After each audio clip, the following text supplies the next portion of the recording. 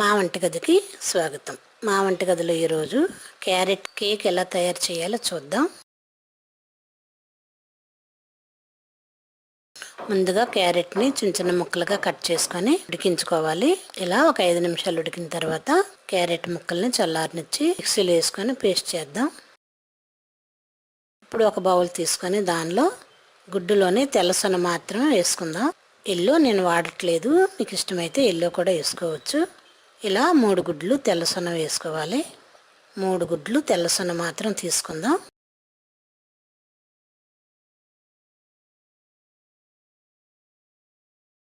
బాగా నురుగొచ్చేలా గిల్లకొడదాం.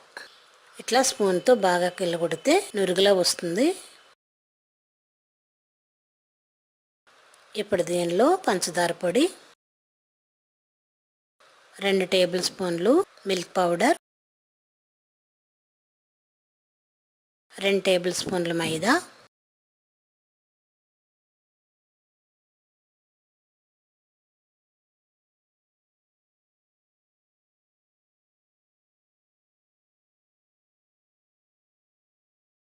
ఇలా బాగా కలవాలి.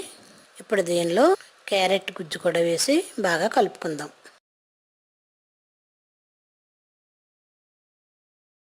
ఒక 1/2 టీ స్పూన్ బేకింగ్ పౌడర్ కూడా వేసి బాగా కలుపుదాం.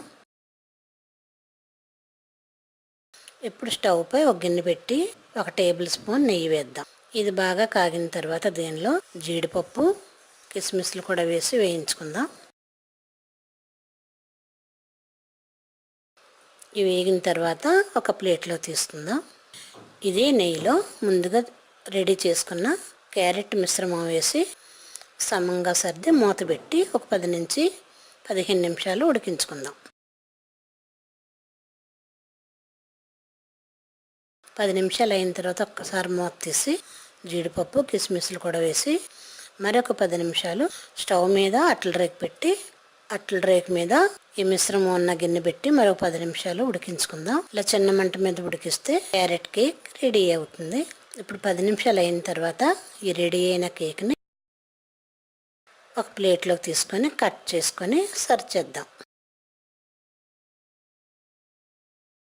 మా వంటగదిలో ఎంతో సింపుల్గా చేసుకునే క్యారెట్ కేక్ రెడీ. మరిన్ని వంటల కోసం మా వంటగదిని సబ్స్క్రైబ్ కాగలరు. ధన్యవాదములు.